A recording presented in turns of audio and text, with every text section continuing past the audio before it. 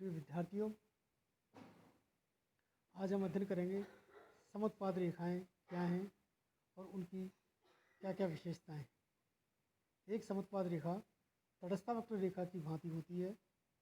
एक तटस्थ वक्र रेखा दो वस्तुओं के विभिन्न संयोगों को बताती है जो कि उपभोक्ता को समान संतुष्टि प्रदान करते हैं।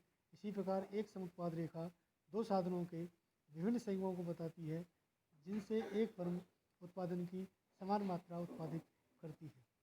तीन स्टेट के शब्दों में कह सकते हैं कि समुत्पाद रेखा दो साधनों के उन सभी संभावित संयोगों को बताती है जो कि एक समान कुल उत्पादन प्रदान करते हैं। समुत्पाद रेखा को कभी कभी उत्पादन तटस्थ रेखा भी कहते हैं क्योंकि यह उपभोग में तटस्थ वक्र रेखा की भांति होती है।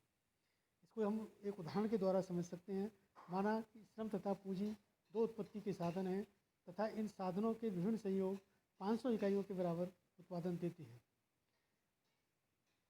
हमने तालिका में पहले कॉलम में पूंजी की इकाइयाँ, दूसरे कॉलम में श्रम की इकाइयाँ तथा तीसरे कॉलम में कुल उत्पादन को दर्शाया गया है। तथा चित्र में एक्स अक्ष पर हमने श्रम की मात्रा को लिया है तथा वाई अक्ष पर पूंजी की मात्रा को लिया है। आईपी समुत्पाद रेखा है जो श्रम तथा पूंजी के उन विभिन्न संयोगों को बताती है जिनसे एक फर्म या उत्पादक को एक समान उत्पादन अर्थात 500 इकाइयों के बराबर उत्पादन प्राप्त होता है। जैसे जैसे तालिका और चित्र से देख रहे हैं हम, जैसे जैसे हम पूंजी की इकाइयाँ घटाते जाते हैं और श्रम की इकाइयाँ हमको बढ़ानी पड़ती है क्योंकि समान उत्पादन को बनाए रखने के लिए यह एक आवश्यक शर्त होती है। अब हम अध्ययन करेंगे आइसो प्रोडक्ट में समुत्पाद मानचित्र। जब कई समुत्पाद रेखाओं को जो कि एक उत्पादक या फर्म के लिए उत्पत्ति की विभिन्न समान मात्राओं को बताती है एक ही चित्र में जब दिखाया जाता है तब इस चित्र को समुत्पाद मानचित्र कहते हैं। नीची समुत्पाद रेखाएं उत्पादन की कम मात्रा को तथा ऊंची समुत्पाद रेखाएं उत्पादन की अधिक मात्रा को बताती हैं।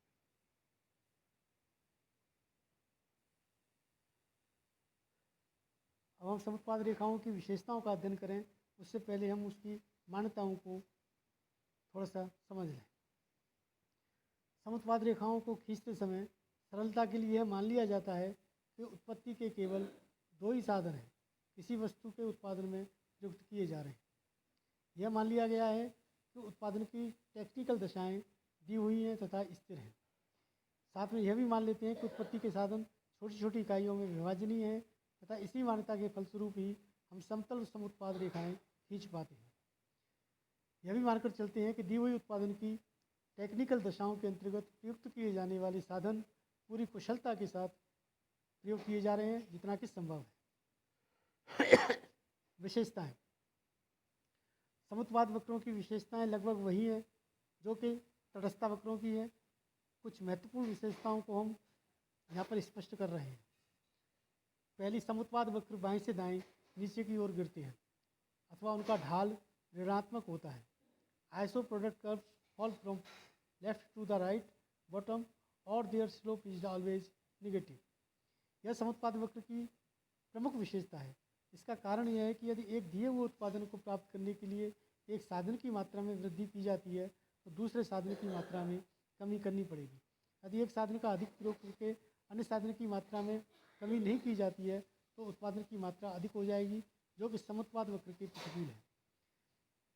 रेखा चित्र में हम देख रहे हैं कि उत्पादक यदि ए बिंदु से बी बिंदु पर जाता है तो श्रम की इकाइयों का अधिक प्रयोग करने के साथ साथ पूंजी की मात्रा का भी कम प्रयोग करता है। अर्थात उत्पादन की वह मात्रा जो पूंजी के कम प्रयोग होने पर कम हो जाती है उसे श्रम के अधिक प्रयोग करने पर प्राप्त कर लिया जाता है।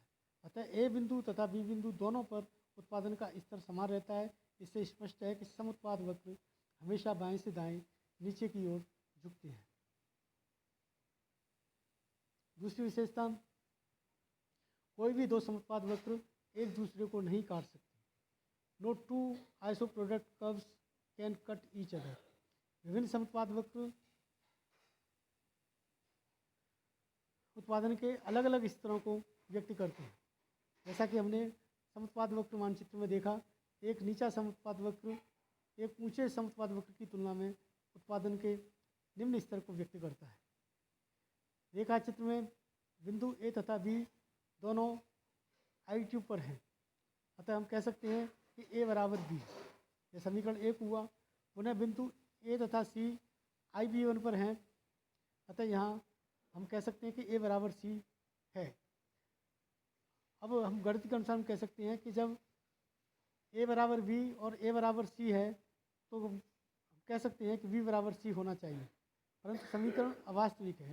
ये दोनों बराबर नहीं हो सकते, क्योंकि एक से हमें अधिक संतुष्टि मिल रही है और दूसरे से हमें माफ कीजिए अधिक उत्पादन प्राप्त हो रहा है और दूसरे से हमें कम उत्पादन प्राप्त हो रहा है। अतः हम कह सकते हैं कि समउत्पाद वक्र आपस में एक दूसरे को नहीं काट सकते। तीसरी विशेषता, कोई भी समउत्पाद वक्र किसी भी अक्ष को स्पर्श नहीं कर सकता। No iso can touch either axis. यदि एक समउत्पाद वक्र किसी भी अक्ष को स्पर्श करता है तो इसका तात्पर्य यह होगा कि उस वक्र द्वारा प्रदर्शित उत्पादन की मात्रा को केवल एक साधन के द्वारा ही उत्पादित किया जा सकता है, परंतु वास्तविक जीवन में असंभव है कि केवल एक ही साधन का प्रयोग करके वस्तु का उत्पादन किया जा सके। क्योंकि किसी भी वस्तु के उत्पादन में उत्पत्ति के विभिन्न साधनों का प्रयोग किया जाता है, तब प्रत्येक साधन की एक न्यूनतम मात्रा का उपयोग करना आवश्यक होता है। अतः समउत्पाद वक्र किसी भी अक्ष को स्पर्श नहीं करते। समउत्पाद वक्र मूल बिंदु के प्रति उन्नतोदर होते हैं। Iso product curve are convex to the origin.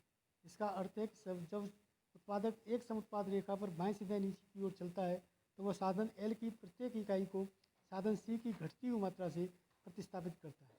दूसरे शब्दों में हम कह सकते हैं कि समउत्पाद रेखा का उन्नतोदर आकार घटती हुई सीमांत टेक्निकल प्रतिस्थापन की दर को बताता है।